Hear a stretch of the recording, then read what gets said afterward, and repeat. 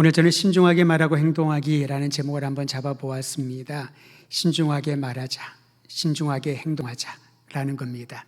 생각처럼 또 말처럼 우리가 말의 실수가 많고 행동에 오류가 있을 때가 참 많이 있지요. 예수님을 따르는 사람이라면은, 주님의 제자라면은 눈에 보이는 우리의 말과 행동을 통하여 그리스도 예수의 사람임을 드러낼 수 있어야 될 것입니다. 고 김대중 대통령과 노무현 대통령이 연설을 작성했던 강원국이라고 하는 분이 계세요. 이분이 책도 내고 강연도 하는 그러한 일을 하고 있습니다. 최근에 강원국이라는 이분이 어른답게 말합니다라는 책을 썼는데, 그 책에 보면 품격 있는 삶을 위하여 말 공부가 필요하다라고 강조를 합니다. 말을 공부해야 된다는 거죠. 그냥 태어나면서부터 또는 많은 교육을 받아서 말을 잘하고 못하는 사람이 판가름 나는 것이 아니라 말 공부를 지속적으로 해야 품격 있는 삶을 살 수 있다는 것입니다. 그는 이 책 서론에서 존중받는 사람의 말이 어떠해야 하는지를 4가지로 요약을 했는데, 여러분, 요약한 그 글을 제가 여러분에게 인용하여 알려드릴 때에 도움이 되었으면 좋겠습니다. 존중받는 사람의 말은 어떠해야 되는가? 첫 번째, 말이 오락가락해서는 안 된다랍니다. 생각하는 말과 내뱉는 말이 따로따로면 안 된다는 거죠. 우리 그럴 때 많이 있지 않습니까? 말을 일단 뱉어놓고 내 의도는 그게 아니었는데 뒷수습을 하려고 합니다. 근데 뒷수습을 하려고 또 다른 말을 하다 보면은 더 복잡해지고 문제가 더 많아지는 것을 보게 되지요. 말은 일관성이 있어야 됩니다. 일관성이 있는 말을 하려면은 무슨 말을 하든지 진심을 담아서 해야 된다는 것이죠. 그저 사람들을 웃기기 위해서 억지 웃음을 조장하거나 없는 말을 있는 것처럼 또는 과장해서 할 때에 그것이 그냥 가벼운 얘기는 웃어 넘어갈 수 있겠지만은 그것이 습성이 되면은 사람들은 그 사람이 무슨 말을 하든지 진심을, 진정성을 느끼지 못하게 된다라는 겁니다. 그러면 존중받지 못한다는 거죠. 두 번째로 존중받는 사람의 말은 그 말에서 작은 무엇이라도 배울 점이 있어야 한다라는 겁니다. 말을 많이 하고 적게 말하고는 중요하지 않다는 것이지요. 비록 적게 말할지라도 다른 사람들에게 선한 영향력을 끼치는 말을 할 때 그 말을 듣는 사람이나 그 말을 직접 관련된 사람들이 큰 감동을 받게 된다는 겁니다. 여러분, 우리는 어떤 말을 할 때 소위 요즘 아이들 말로 디스한다고 하지요. 비난하고 비꼬고 조롱하고 또 쉽게 여기는 그런 말을 할 때가 있습니다. 공격적인 그런 말을 할 때가 있다는 거죠. 그런데 우리가 배울 말은, 다른 사람들에게 감동을 주는 말은 위로의 말을 해야 된다는 겁니다. 용기를 주는 말을 하고 깨달음을 줄 수 있는 말을 해야지, 만약에 그런 내용이 없다면은 아무리 말을 많이 한다더라도 그 말을 듣는 사람이 아무도 없는, 얻을 게 하나도 없는 잔소리와 같다는 것입니다. 아이들이 잔소리를 듣기 싫어하지요. 그 말은, 나는 부모님이, 선생님이, 어른들이 무슨 말을 하더라도 내 귀에는 안 들린다. 이것을 다 모아서 하는 말이 잔소리라고 하는 군입니다. 잔소리하지 마셔요 라는 것은 나는 무슨 말을 하든지 지금 들리지 않아요. 내 삶에 아무나 영향을 끼치지 못해요. 배울 것이 하나도 없어요. 얻을 게 없어요 라는 말인 겁니다. 어른된 이들이, 또 부모들이 그 말을 들으면은 마음이 좋을 리 없습니다만은 잠잠히 생각해 보면은 우리가 말을 하는 의도는 그 상대방에게, 자녀에게, 우리의 제자들에게 영향을 주고 또 그들이 무엇인가를 배울 수 있는 말을 전하기 아니겠습니까? 배울 것이 있는 말을 해야 존중받는 사람이요 존중받는 말이라고 합니다. 셋째로, 존중받는 말은 징징거리거나 어리광을 부리지 않는 것이라는 거지요. 다시 말하면은 감정을 담아서 하는 말을 절제할 수 있는 그러한 연습과 훈련을 해야 된다는 겁니다. 어린아이들은 징징거리는 게 정상입니다. 어휘력도 딸리고 어떻게 해야 잘 표현할 수 있을지, 상대방을 설득할 수 있을지 그들은 경험도 없고 방법도 모릅니다. 그렇기 때문에 아이들이 할 수 있는 것은 찡찡거리는 것밖에 할 수 있는 게 없지요. 최후의 수단은 징징거립니다. 그런데 존중받는 말, 존중받는 인격을 갖추려면은 자신도 모르는 사이에 다른 사람들을 피곤하게 만드는 감정이 섞여 있는 징징거림을 멈출 수 있어야 된다는 겁니다. 마지막 네 번째로 존중받는 말은 나답게 말해야 된다라고 그는 제시를 해줍니다. 즉 사람들이 어떤 사람인지를 알려면은 그 사람의 말을 들어보면 된다는 거죠. 대화를 몇 번 해보면은 이 사람이 어떤 사람인지, 이 사람의 성품에 대해서 가늠할 수 있다라는 것입니다. 혹여나 나의 말이 거칠고 투박하고 무례하다면은 나는 그런 의도가 아니지만은 사람들이 그렇게 느끼고 그렇게 말을 한다면은 그 부분들을 교정할 수 있는 끊임없는 노력을 기울일 때 그 노력하는 과정과 결과는 존중받는 품격 있는 사람이 될 수 있다라는 것입니다. 여러분, 거기까지는 책의 내용입니다. 하물며 그리스도인이라면은 우리가 예수 그리스도를 구주로 믿고 내 인생이 변화된, 바울의 말을 그대로 빌려오면은 새롭게 창조된 주님의 아름다운 피조물이라면은 우리의 말과 행동과 삶의 모든 부분들이 새롭게 변하지 않는다면은 어느 누구도 나의 변화를 진심으로 믿어주지 못할 것입니다. 아무리 교회 문턱을 오르락내리락 한다 할지라도 그것이 사람들에게 감동을 주거나 배울 것을 나누어 주거나 그들에게 용기와 위로를 주는 것이 아니라는 거지요. 내가 변화받은 이 아름다운 삶이 삶의 현장 가운데서 그들이 예수님을 믿지 않고 불신자라 할지라도 어떻게 그들과 삶을 통하여 내 말을 통하여 행동을 통하여 그리스도 예수의 향기를 느끼게 하는가? 이것이 예수님을 따르는 사람들의 가장 큰 과제요. 주님 배 없는 그날까지 우리가 노력 또 훈련 또 노력과 훈련 받아야 될 부분이라는 것입니다. 그리스도인에게 있어서 신중하게 말하고 사려 깊게 행동하는 훈련이 참으로 중요합니다. 무엇보다도 성도 여러분, 말 한마디에도 우리가 주의를 기울이는 그러한 습관을 키우는 것이 필요합니다. 우리 함께 성경 한 구절을 더 찾아볼 텐데요. 골로새서 4장 6절 말씀을 함께 보겠습니다. 옥중에 있던 사도 바울이 골로새 성도들에게 편지를 쓰면서 그리스도인으로서 어떻게 살 것인지에 대한 굉장히 분명한 내용이 골로새서 4장 6절에 기록되어 있습니다. 찾으신 줄 알고 함께 읽도록 하죠. 가정에서도 같이 읽습니다. 시작. 너희 말을 항상 은혜 가운데서 소금으로 맛을 냄과 같이 하라. 그리하면 각 사람에게 마땅히 대답할 것을 알리라. 소금으로 맛을 내는 것 같이. 여러분, 요리하는데 소금이 얼마나 중요합니까? 고대에는 소금 때문에 전쟁을 했다고 합니다. 소금이 어떠한 금붙이보다 보석보다도 더 고귀하게 여겼던 것은 생명에 직결되어 있는 중요한 요인이기 때문에 그렇지요. 소금으로 맛을 내는 것처럼 너희의 말이, 너희의 존재가 그러한 삶을 살라는 것입니다. 있어도 그만, 없어도 그만이 아니라 없어서는 안 되는, 맛을 내는데 정말 중요한 역할을 하는, 비록 녹아서 형체는 보이지 않지만은 사람들은 알지요. 소금을 넣었는지 안 넣었는지 맛을 보면 아는 것입니다.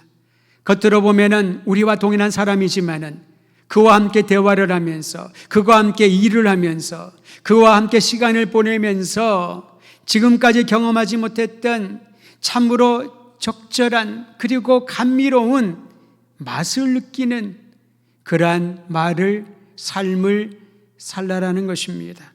우리의 말 한마디에도 다른 사람들의 거기에 대해서 반응을 보기 전에 스스로 그것을 점검하고 살펴보고 볼 수 있을 때 그 사람의 인생은 이미 이전과는 다른 성숙감 가운데 들어가는 것을 보게 될 것입니다. 간혹 우리가 자주 하는 말의 실수가 충동적으로 하는 말이죠. 이 감정을 참지 못하고 하는 말들이 있습니다. 어제 오늘 보니까 정치 쪽에서 굉장한 말들이 오고 가고 있더군요. 자세한 상황을 모르겠으나 대충 그 얘기를 읽어보니 그 말에는 감정이 실려 있습니다. 감정은 보이지 않지만 사람들이 느끼게 되잖아요. 충동적인 말을 하고 하고 행동한 이후에 어느덧 혼자 있다 보면 시간이 지나면 후회할 때가 얼마나 많이 있는지 모릅니다. 그리고 후회가 되는 말과 행동에 대하여 그것이 반복되면 스스로 이런 생각을 합니다. 내 성격이 원래 그래. 내 말 습관이 원래 그래. 내가 평생 그렇게 살아왔기 때문에 네가 이해해 줘. 여러분, 이것은 물론 그렇게라도 설명해 주는 것은 귀한 일이지만은 그것은 아무런 진보와 변화와 성숙의 문턱을 넘어서지 못하게 될 것입니다. 스스로 그것을 깨달아야 됩니다. 본인이 그 부분들을 하나님 앞에서 점검을 하고 훈련을 받고 노력하고 또 노력을 해야 한다는 것이지요. 나의 성격 때문에, 나의 기질 때문에, 물론 틀린 말은 아니지요. 간혹 성급하고 다혈질적인 성격을 가진 분들이 있을 것입니다. 그것을 절제하고 잠잠하게 하는 거 얼마나 힘들고 어려운지 다 경험하신 분들은 알 것입니다. 하지만 그것을 본인이 깨달았다면 하나님의 은혜를 구하며 주님 앞에서 그 부분들이 조금씩 다듬어지고 또 다듬어질 수 있도록 훈련의 시간을 가져야 된다는 것입니다. 기본적으로는 하나님의 은혜가 임하면, 예수님은 인격적으로 말하면 사람이 변합니다. 그런데 그걸로 끝이 나지 않는다는 거지요. 여러분, 숱하게 많은 사람들이 분명히 예수님을 믿고 주님의 일을 열심히 섬기는데 그와 가까이 있다 보면 변하지 않은 성품 때문에, 인격적인 결함 때문에 얼마나 많은 사람들이 상처받고 뒤로 물러나는지, 그런 예가 얼마나 많은지 모릅니다. 복음에는 문제가 없습니다. 예수님의 사랑은 참으로 놀랍습니다. 그런데 그 예수님의 사랑을 전하는 사람이 진실하지 못하고 거짓되고 무례하고 폭력적이고 자기중심적이고 다른 사람에 대한 희생적인 사랑을 보이지 않는다면 어느 누구가 그가 전하는 고귀한 복음을 그대로 받아들일 수 있을까요? 하나님의 은혜가 우리에게 임하여 새로운 삶을 살게 될 것이라는 놀라운 복이 임했습니다. 이제부터는 우리가 해야 될 몫이 있습니다. 주님 앞에서 그분의 빛에 비추어 나의 모난 부분들을 다듬고 거친 부분들을 부드럽게 하며 내 안에 없었던 부분들을 있게 하시는 주님의 놀라운 손길로 훈련받아야 된다라는 것입니다. 나로 인해 상대방이 상처받지 않을지, 내가 하는 말이 그리스도인으로서 합당한 말인지 행동인지를 점검해 볼 수 있어야 한다라는 것이지요. 일반적으로 우리가 사람들에 대한 이야기를 많이 할 때가 있지 않습니까? 얘기하다 보면은 다른 사람 얘기도 할 수가 있고 또 동료 얘기나 또 어떤 사람들, 가족들 얘기도 할 수 있습니다. 그런데 희한하게도 상대방에 대한, 나와 말하는 그 사람 말고요, 말의 대상이 되는 그 사람에 대한 좋은 얘기를 하긴 하지만은 확률적으로 보면은 좋은 이야기보다 나쁜 이야기를 더 많이 할 때가, 부정적인 이야기를 할 때가 참 많이 있습니다. 칭찬보다는 흠이 되는 얘기들, 그 사람의 오점과 결함이 되는 부분들을 얘기할 때가 참 많이 있다라는 거지요. 그리고 그 얘기를 전해 들으면은 들은 사람은 얼마나 속도가 빠른지 다른 사람들에게 그것을 금방 전하는 그런 습성이 있습니다. 그러다 보니 발 없는 말이 천리를 간다는 속담이 있나 봅니다. 좋은 얘기, 좋은 소문이면 참 아름다운 일이지요. 빨리 퍼뜨리고 많은 사람들이 알면은 얼마나 그 행복이 더 나누어지고 좋을까요? 그런데 굳이 나누지 않아도 되는 이야기들, 부정적인 얘기들, 아픈 이야기들, 어두운 이야기들, 그런 것들을 있는 그대로 다 전달해 버리다 보니 어느 정도의 시간이 지나가고 어느 정도의 사람들의 입에서 입으로 옮기다 보면은 원래의 내용과 전혀 다른 이야기가 사람들에게 퍼져버리는 것입니다. 남의 허물을 덮어주지 못하고 소문을 낼 때가 얼마나 많이 있습니까? 아무리 노력을 해도 잘 안 되는 부분이 이것일 겁니다. 우리가 약하기 때문에 그렇습니다. 내가 약하기 때문에 사람들이 좋은 얘기보다는 그렇지 못한 이야기에 대하여 더 입이 빨리 움직이는 것처럼 보입니다. 그러나 성도 여러분, 내가 별 생각 없이 내뱉은 다른 사람에 대한 이야기 때문에 한 사람의 인생이 달라지고 공동체의 미래가 달라질 수 있다는 것을 생각을 한다면은 우리가 어떤 말을 전할 때 그 진의를 정확하게 파악하지 못한다면은 전하지 않고 멈추는 것이 그리스도인다운 삶일 것입니다. 자신이 듣고 생각한 대로 다른 사람에게 재빨리 옮기지 않는 것도 지혜로운 삶이라는 말입니다. 조급하게 행동하지 않고 자신의 생각들을 덧붙여서 다른 사람들에게 널리 퍼지지 않게 하는 것이 지혜로운 행동이라는 것이지요. 잠언 말씀을 읽다 보면은 말에 대한 얘기들이 참 많이 나옵니다. 신약에서는 오늘 읽은 야고보서입니다만은 잠언서에 말과 관련된 얘기들이 참 많이 나와 있는데 그 중에 몇 구절을 제가 뽑아서 한번 읽어드립니다. 잠언 13장 3절에 기록하기를 입을 지키는 자는 자기의 생명을 보존하나 입술을 크게 벌리는 자에게는 멸망이 오느니라. 잠언의 말씀은 따로 설명하지 않더라도 그 말씀이 무엇을 의미하는지 잘 이해가 될 겁니다. 잠언 11장 13절에 이렇게 말합니다. 두루 다니며 한담하는 자는, 여기서 한담한다라는 말을 현대인의 성경에서는 수다 떠는 사람, 공동 번역에서는 입방아 찢는 사람, 이렇게 번역을 했습니다. 우리 개역개정은 그렇게 번역을 안 했는데 공동 번역은 참 재미있게 번역을 했습니다. 제가 이 구절을 만져 본문을 한 다음에 이렇습니다. 두루 다니면서 입방아 찢는 사람들. 성경에 있는 내용은 그렇게 번역을 했습니다. 두루 다니며 한담하는 자는 남의 비밀을 누설하나 마음이 신실한 자는 그런 것들을 숨기느니라. 이런 얘기 많이 하잖아요. 집사님한테만 이 얘기를 하는데 아무한테 얘기하지 마세요. 장로님들, 목사님들 알면 안 돼요. 비밀을 자꾸 만들어가는 겁니다. 이게 무엇인가요? 두루 다니며 한담하는 이 범주에 들어갑니다. 잠언 20장 19절에 이렇게 말합니다. 두루 다니며 한담하는 자는 남의 비밀을 누설하나니. 11장 13절과 여기까지 똑같죠. 그 다음에 이렇습니다. 입술을 벌린 자를 사귀지 말지니라. 이 말씀 잘 이해해야 되는 게 축농증 때문에 호흡하느라 입을 벌린 사람, 그 사람을 말하는 게 아닙니다. 말을 하고 싶어가지고 근질근질거리고 물어보지도 않은 것도 가서 다 얘기하는 사람들 있지요. 내가 궁금해하지 않는데 와서 다 얘기를 하는 겁니다. 이거 있지요. 저 사람에 대해서 혹시 아세요? 잘 모르는데요. 모르시는군요. 모든 일상들을, 상대방의 얘기들, 다른 사람들의 이야기를 하는 것을 성경은 이렇게 비유를 했습니다. 입술을 벌린 자를 사귀지 말지니라. 왜 그러냐면 그로 인하여 본인이 들은 얘기를, 그것을 절제하지 못하고 혹여나 부주의하게 다른 사람들에게 옮기다가 진실이 아닌 잘못된 내용들이 상처를 주고 어려움을 주고 공동체를 흔들 수 있기 때문에 그렇습니다. 여러분, 잠언 말씀을 우리의 마음에 한번 되새겨 볼 필요가 있습니다. 한담하는 자, 비밀을 누설하는 자, 입을 벌린 자, 입술을 크게 열고 다니는 자를 가까이 하지 말아라. 입술을 지켜라. 그리스도인으로서 우리가 훈련받으며 평생 동안 챙겨보아야 될 부분입니다. 구약의 잠언 말씀은 언행이 어떤 결과로 치닫게 하는지 원론적인 부분을 말해줍니다. 어떤 원론인가요? 입을 지키는 자는 자기의 생명을 보존하나 입술을 크게 벌리는 자에게는 멸망이 온다. 그 결과에 대하여 원론적인 부분들을 가르쳐 줍니다.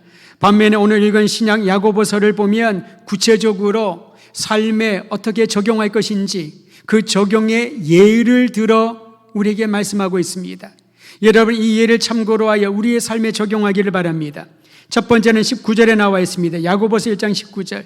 듣기는 빨리 하고 말하는 것은 천천히 하라. 듣기는 빨리 하라. 여러분, 듣는다는 것은 무엇을 말하는가요? 상대방의 것을 나의 것이 되게 하는 것이 듣는 훈련입니다. 하나님의 말씀을 듣기를 빨리 하라. 하나님의 말씀이 나의 것이 되게 하라는 것입니다. 선포되는 설교를 통하여서든 어떤 형태든지 선포되는 하나님의 말씀을 듣기를 빨리 하라. 그것은 그 말씀이 나의 것이, 나의 양식이 되게 하라는 것입니다. 반면에 말하는 것은 천천히 하라. 말한다고 하는 것은 나의 것이 다른 사람에게 나누어 주는 것이기 때문에 상대방에게 영향을 끼치지 않습니까? 내가 하는 말이 어떠하든지 간에 나의 의도와 상관없이 상대방의 상태에 따라서 영향을 끼칠 수 있다라는 것입니다. 또한 성경이 이렇게 말합니다. 성내는 것도 천천히 하라. 성내지 말라 이렇게까지 무리하게 얘기하지 않는 걸 보면은 하나님께서도 말씀을 통하여 우리에게 권면해 주는 것은 우리가 성낼 수 있는 사람인 것을 이렇게 감안해 주신 것 같습니다. 간혹 사람들이 이런 얘기를 하지요. 목사님은 평생 성내지 않을 것 같아요. 부부싸움 한 번도 안 할 것 같아요. 그걸 저한테 물어보시면 필요 없이 딴 사람한테 물어보면 됩니다. 같이 사는 사람들에게. 장로님은 단 한 번 화라고 하는 것을 내보지 못하신 것 같아요. 우리는 그렇게 보이겠지만 본인은 다 알지 않겠습니까? 우리는 성을 낼 수가 있습니다. 그런데 성내는 것을 천천히 하라. 그 말은 절제할 수 있는 능력을 가지고 그 화를 다스리라라는 것입니다. 그리스도인이라면 주님은 우리가 그러한 삶을 살기를 원하시는 거지요. 왜 성내는 것을 천천히 하라고 말씀하셨을까요? 분노하는 자는 하나님의 의를 이루지 못하기 때문에. 다시 말하면 이 노를 바라면서 하나님의 의를 드러내지 못하고 오히려 자신의 감정을 폭발시키면서 하나님의 의가 이 땅에 오는 것에 균열을 일으킬 수 있다는 것입니다. 성을 낼 수가 있습니다. 분노할 수도 있지요. 그러나 그것을 지혜롭게 드러내는 것, 효과적으로 전달해서 잘못된 것을 바르게 잡을 수 있는 것, 이것이 정말 중요한 신앙의 훈련인 것입니다. 오늘이 수요일이죠. 어제였나 봅니다. 어제 저녁에 우리 아빠에만 공사를 하는데 제가 요즘 하루에 몇 번씩 나가서 어떻게 진행되고 있나, 우리 공사도 아닌데 우리 교회에 어떤 영향을 주나, 어떤 모습일까 하루에도 몇 번씩 나가서 보고 왔다 보니까 여기 공사하시는 분들과 가깝게 되었습니다. 책임자 되는 분이 어제 오후에 저를 보더니만, 아유 목사님 심기가 참 편하셔야 설교하실 때 힘들지 않으실 텐데 저희가 좀 심기를 불편하게 해드린 것 같아 죄송해요 그러더라고요. 왜냐하면 그런 일이 하나 있었거든요. 공사를 하시는데 화요일날 제가 월요일에 우리 대체 공휴일이었지요. 그래서 밤에 공사를 한다는 얘기를 듣고 밤에 제가 왔더니 이분들이 공사를 하고 난 다음에 교회 들어오는 문이 없게끔 그냥 이렇게 다 바리케이트를 쳐놓은 거예요. 그래서 그때 8시 반쯤 됐는데 너무 황당하기도 하고 조금 화가 났었습니다. 솔직히 책임자에게 전화를 해서 얘기를 했더니 자기가 달려오겠대요. 5분 만에 그분이 달려왔습니다. 저한테 막 설명을 하는데 하나도 들리지가 않는 거예요. 제가 그 얘기를 했습니다. 새벽에 교회에 와서 기도하시는 분들은 보통 분들이 아니다.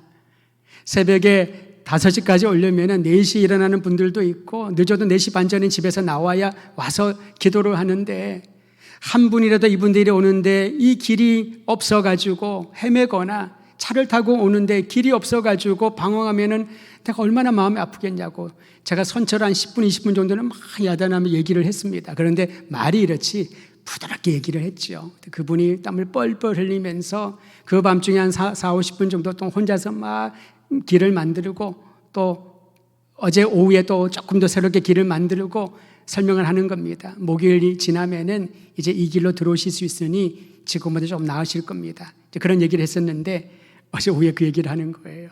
사람들이 아는 것 같습니다. 심기가 불편하면은 어떤 일을 하든지 설교뿐일까요? 무슨 일을 하든지 내 감정이 내 분노가 절제하고 조절이 되지 않으면은 무슨 일을 하든지 그 일이 좋은 결과를 내기가 어렵지요.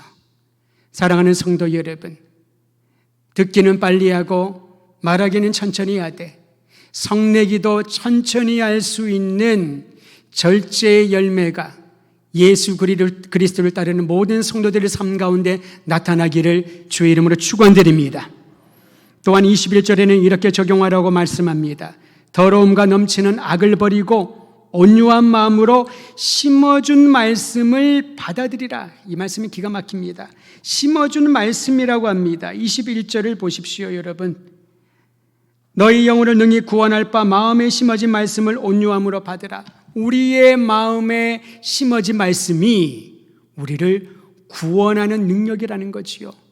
먼저는 예수 그리스도 말씀이신 그분이 우리의 삶에 심어져야 되고요. 생명의 말씀인 성경이 우리의 마음에 심어져야 되고 우리로 하여금 열매 맺게 하시는 성령의 내주하시는 능력이 우리 가운데 심어졌을 때에 놀라운 역사, 생명 안에 거하는 역사를 경험하게 되는 것입니다.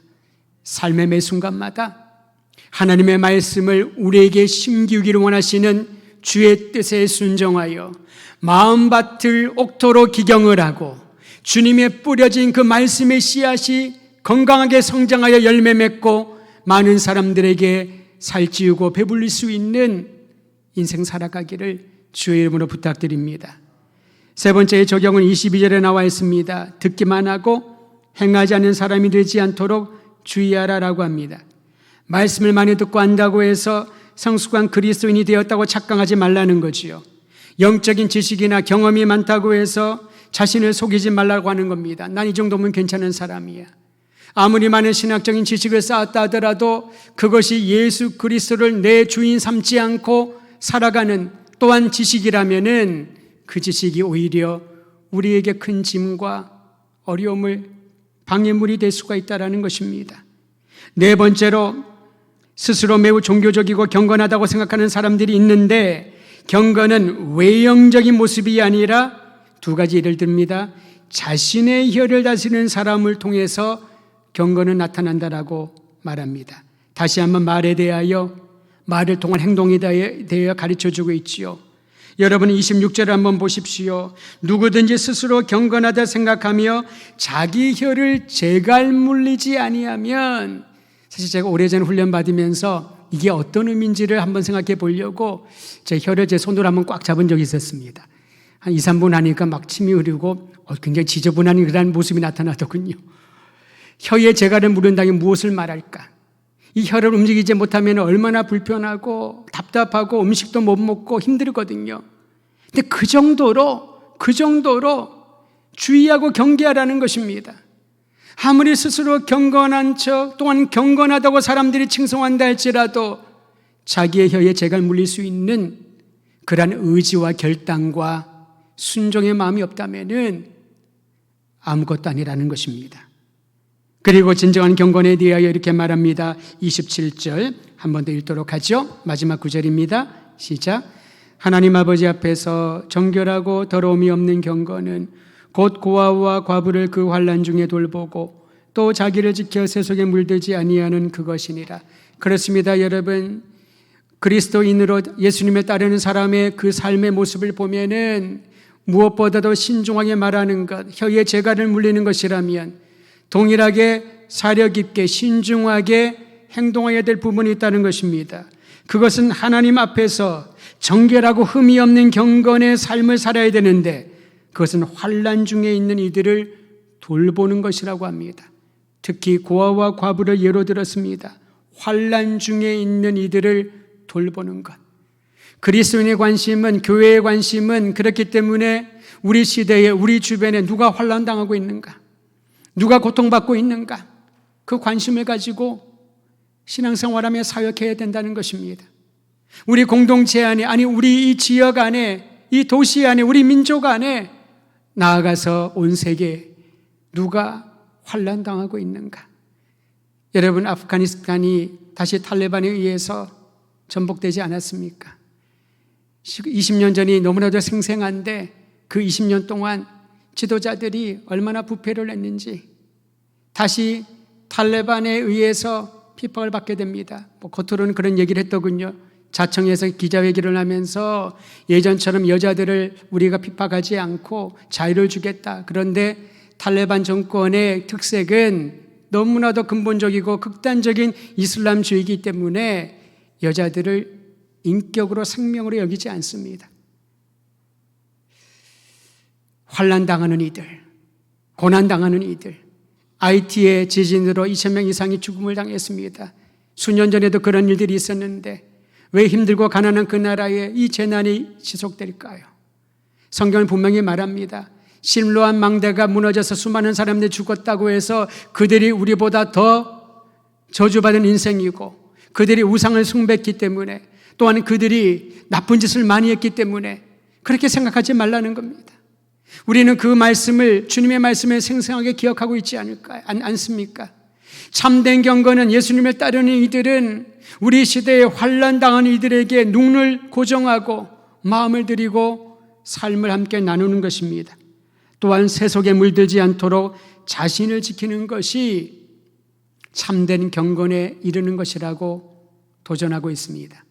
참된 경건에 이르는 것이 우리가 행동해야 될 삶의 모습이라면, 또한 우리의 혀를 제갈 물리고 말의 지혜를 가지고 격려하고 위로하고 신중하게 말을 전하면서 그리스도 예수의 놀라운 사랑을 전파할 수 있는 그런 계기가 마련되어야 할 것입니다. 하나님 앞에 신중하게 말하고 행동하여 경건의 능력을, 열매를 가는 곳곳마다 맺는 믿음의 형제와 자매들, 더드림 가족들 되시기를 주의 이름으로 축원드립니다.